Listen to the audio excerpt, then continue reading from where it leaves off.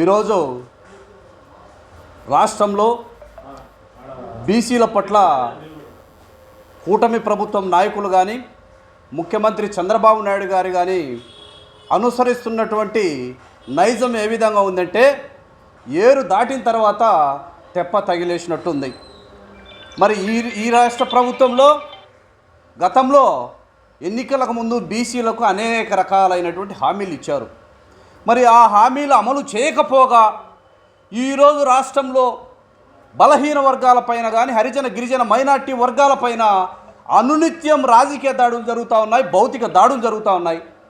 అందుకు నిదర్శనం నిన్న అన్నమయ్య జిల్లాలో రాయచోటి నియోజకవర్గానికి చెందినటువంటి బీసీసీఎల్ రాష్ట్ర అధికార ప్రతినిధి సిబ్బ్యాల విజయ్ కుమార్ పైన భౌతిక దాడి చేసి అతనిపైన హత్యా ప్రయత్నం చేశారంటే ఈ రాష్ట్రంలో బడుగు బలహీన వర్గాల వారికి రక్షణ ఉందా అనేసి మీడియా ద్వారా ఈ రాష్ట్ర ప్రభుత్వాన్ని మేము వైఎస్ఆర్ కాంగ్రెస్ పార్టీ బీసీ విభాగం తరఫున క్వశ్చన్ చేస్తూ ఉన్నాం.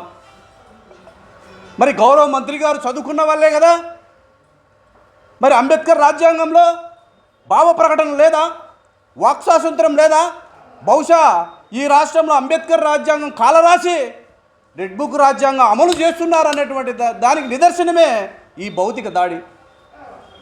మరి సిబ్బ్యాల విజయ్ కుమార్ గారు ఎవరినైనా వ్యక్తిగతంగా దూషించారా? పోనీ మంత్రివర్యులు ఏమన్నా దూషించారా? లేదు కదా. ప్రభుత్వ వైఫల్యాన్ని క్వశ్చన్ చేశాడు మీడియా ద్వారా.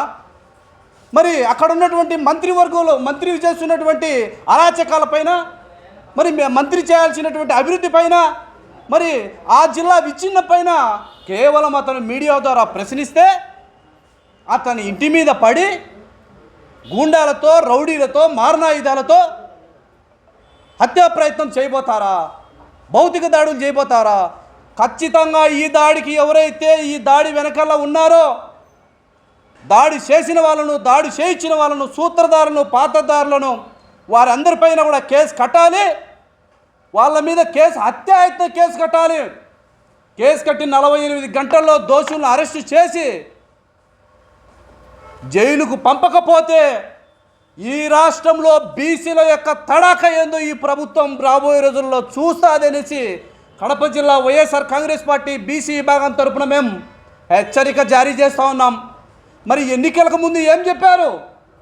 బీసీలకు రక్షణ చట్టం అన్నారు. ఇదేనా బీసీలకు రక్షణ చట్టం? బీసీల రక్షణ చట్టం పక్కన పోయి ఈ రాష్ట్రంలో బీసీల పైన, బీసీ ప్రతినిధుల పైన అనునిత్యం రాజకీయ దాడులు జరుగుతూ ఉన్నాయి, భౌతిక దాడులు జరుగుతూ ఉన్నాయి. నిన్నగాక మొన్న పులివెందుల్లో ఎమ్మెల్సీ రమేష్ యాదవ్ పైన ఏ విధంగా భౌతిక దాడి చేసి అతని వాహనాన్ని ధ్వంసం చేశారో మీడియా ద్వారా ఈ రాష్ట్ర ప్రజానీకం అంతా చూసింది. మరి జోగి రమేష్ గారు అతను చేసినటువంటి తప్పిదమేమి? తెలుగుదేశం పార్టీ నాయకులు చేస్తున్నటువంటి కల్తీ లిక్కర్లో అతన్ని దోషిగా పెట్టి ఇవాళ అక్రమంగా జైలుకు పంపిస్తారా? విడుదల రజని ఒక మహిళ, బీసీ మహిళని చూడకుండా ఆమెను కూడా దూషించి ఏ విధంగా అనుచితంగా ఈ రాష్ట్రంలో ప్రవర్తించారో మనందరం కూడా చూసాం.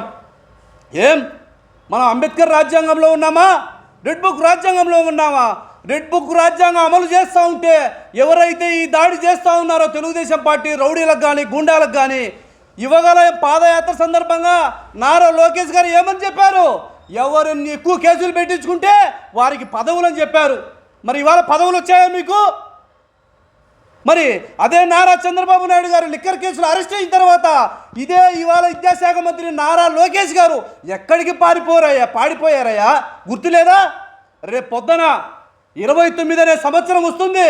ఆ 29 సంవత్సరంలో ఖచ్చితంగా వైఎస్ జగన్మోహన్ రెడ్డి గారు ముఖ్యమంత్రి కావడం తథ్యం. సూర్యుడు తూర్పున ఉదయించడం ఏ విధమైనటువంటి నగ్న సత్యమో రాబోయే 29లో ఈ రాష్ట్రంలో మళ్ళీ వైఎస్ఆర్ కాంగ్రెస్ పార్టీ జగనన్న ముఖ్యమంత్రి కావడం తథ్యం.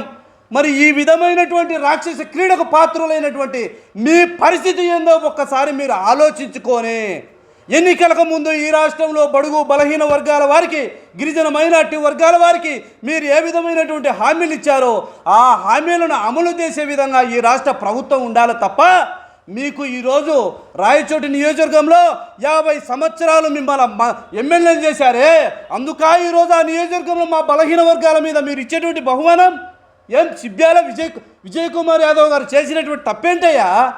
భావ ప్రకటన హక్కు, ప్రభుత్వాన్ని విమర్శించే హక్కు నీకైనా నాకైనా ఎవరికైనా ఉందయ్యా. స్వామి మంత్రి గారు తెలుసుకోండి. కాబట్టి ఎవరైతే ఈ దౌర్జన్యానికి పాల్పడ్డారో, ఎవరైతే ఈ భౌతిక దాడి చేశారో వాళ్ళందరిపైన కూడా హత్యాయత్న కేసు నమోదు చేసి వాళ్ళందరినీ కూడా అరెస్టు చేయకపోతే ఈ రాష్ట్రంలో వైఎస్ఆర్సీపీ బీసీ విభాగం ఆధ్వర్యంలో రాష్ట్ర వ్యాప్తంగా కూడా నిరసనలు వ్యక్తం అవుతాయనేసి ఈ కడప జిల్లాలో మీడియా సందర్భంగా తెలియజేసుకుంటూ సెలవు తీసుకుంటా ఉన్నాం. Thank you.